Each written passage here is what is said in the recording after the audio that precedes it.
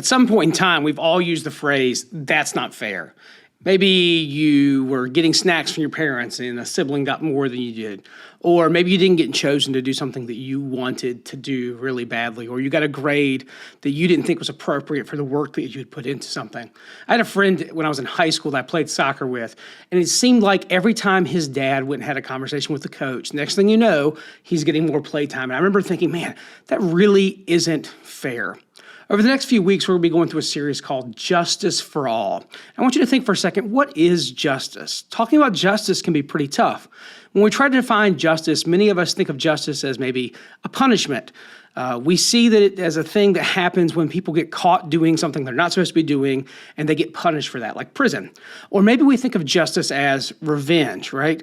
We see getting justice as the same thing as getting revenge against someone who has hurt us.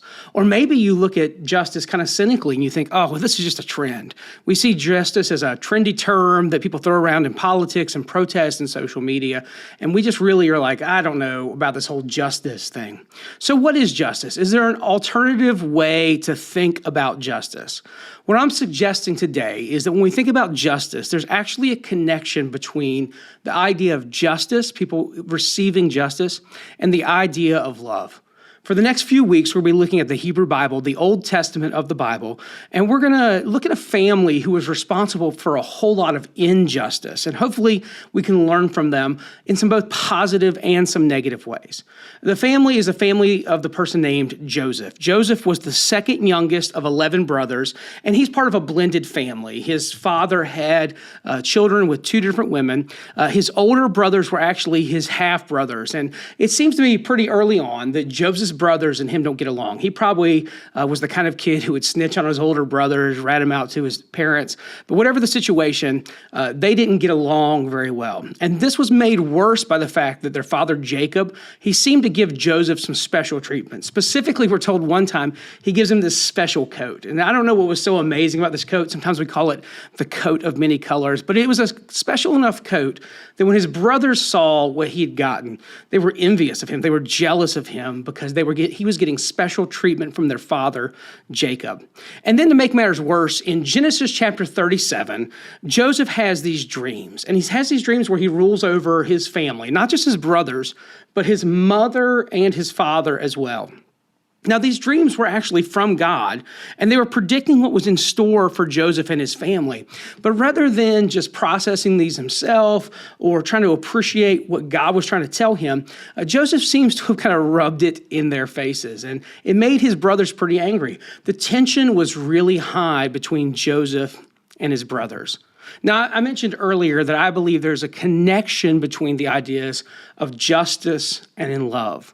In the New Testament of the Bible, the Apostle Paul, who was a convert to Christianity, who then became sort of a missionary or a church planter, he would travel around the ancient world, starting new churches, and then writing letters to them to help them understand how to live out their Christian faith. He wrote a letter to a church in a city called Corinth, where he's responding to some questions they have and trying to help encourage them how to be better followers of Jesus. And in chapter 13 of his letter to the Corinthians, 1 Corinthians 13, he describes the way that they are supposed to live out the love that God has called them to do. And he describes this love in this way. Love is patient and kind. Love is not jealous or boastful or proud or rude. It does not demand its own way. It's not irritable, and it keeps no record of being wronged. It does not rejoice about injustice, but rejoices whenever the truth is out. Love never gives up, never loses faith, is always hopeful, and endures through every circumstances. Now, I want you to think about Joseph's story. What could Joseph had done differently? Like, I imagine that as Joseph got older and reflected on the way he treated his brothers and the interactions they had, sure, there was a lot of fault on their side.